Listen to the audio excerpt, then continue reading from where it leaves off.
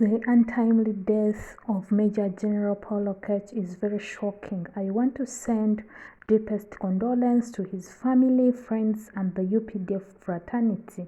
I also send deep condolences to the people of Acholi sub-region for losing a dear son who defied the odds and rose to the top. General Lokech was gallant, courageous and fine soldier. A lot has been said about his bravery on the battlefield. He peers talk of how he commanded from the front, something putting his life in line.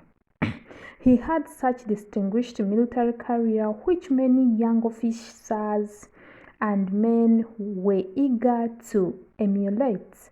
Unfortunately, the Museveni regime has not only destroyed our nation, it has also distinguished itself in destroying careers and reputations of great men and women. 8 months ago, General Lokech, who many Ugandans didn't know, was deployed as Deputy Inspector General of Police. This was shortly after the November bloodbath, where the military and police with reckless abandon murdered over 100 innocent citizens. General Museveni, afraid to his skin of an impending election defeat, and well aware of the kind of the rigging he is plotting to do, decide to deploy General Paul Lokech to stop an attempt of the people of Uganda to rise up and reclaim their democratic rights. Shortly after, another former comrade of the Ugandan contingent in Somalia, Major General Kayanja Muhanga, was deployed as overall head of operations in Kampala. General Museveni boasted that he had deployed commandos from Somalia to neutralize the situation in Kampala. Then hell broke loose. Thousands of Ugandans were abducted, hundreds tortured, and many others killed in cold blood. My campaign team was arrested in Kalangala and taken through hell before they were taken to Chitalia for several months, to an extent that hundreds of them are still missing or under illegal detention. I was placed under house arrest, and an array of grave human rights violations took place. His last public assignment related to the arrest of the persons suspected to have attacked General Katumba Wamala. Recently, several of the suspects were murdered during investigations. The images of the other suspects appearing before court with grave torture marks are very fresh in our minds. It is therefore very unfortunate that General Lokech, who by all accounts was a fine soldier, had his good records spoiled by the regime just in the last 8 months of his life. General Museveni put him in direct confrontation with the citizens. Obviously, I join many other Ugandans in raising questions about the manner of death of very many prominent persons these past few years.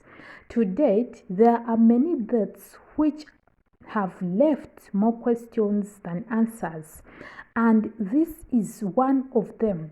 While we know that is a fact of life, the pattern of death of prominent persons due to blood clots and heart attacks leave many questions. I therefore join the elders and leaders of Acholi sub-region, as well as other concerned citizens of Uganda in their demand for an independent investigation in the cause of this death. Even as we mark this demand, we know that the regime never allows any such thing to happen. Ultimately, most answers will come out when Museveni is long gone. To all soldiers and police officers who are still alive, my appeal to you is that you learn a lesson about this tragedy. The scriptures tell us in Proverbs 20 verse 1 that a good name is to be chosen over great riches and favor over silver and gold. Before you make any decision to end another person's life or to cause extreme pain on any innocent citizen, always remember that we are all human beings made of flesh and blood. One day we shall be gone, and we will remain what will remain is the memory of the works we did. Work for that. May his soul rest in peace. Free all political prisoners in Uganda. That is his hashtag. Please, let's just sit down and think about this and think about what the president wrote, the National Unity Platform president wrote. When it comes to our mind and you think about the deaths that have been happening, honestly, as a human being and also a concerned citizen, you also ask yourself, why this death? This is what our president wrote, Mr. Kyagulanyi Ssentamu Roberts.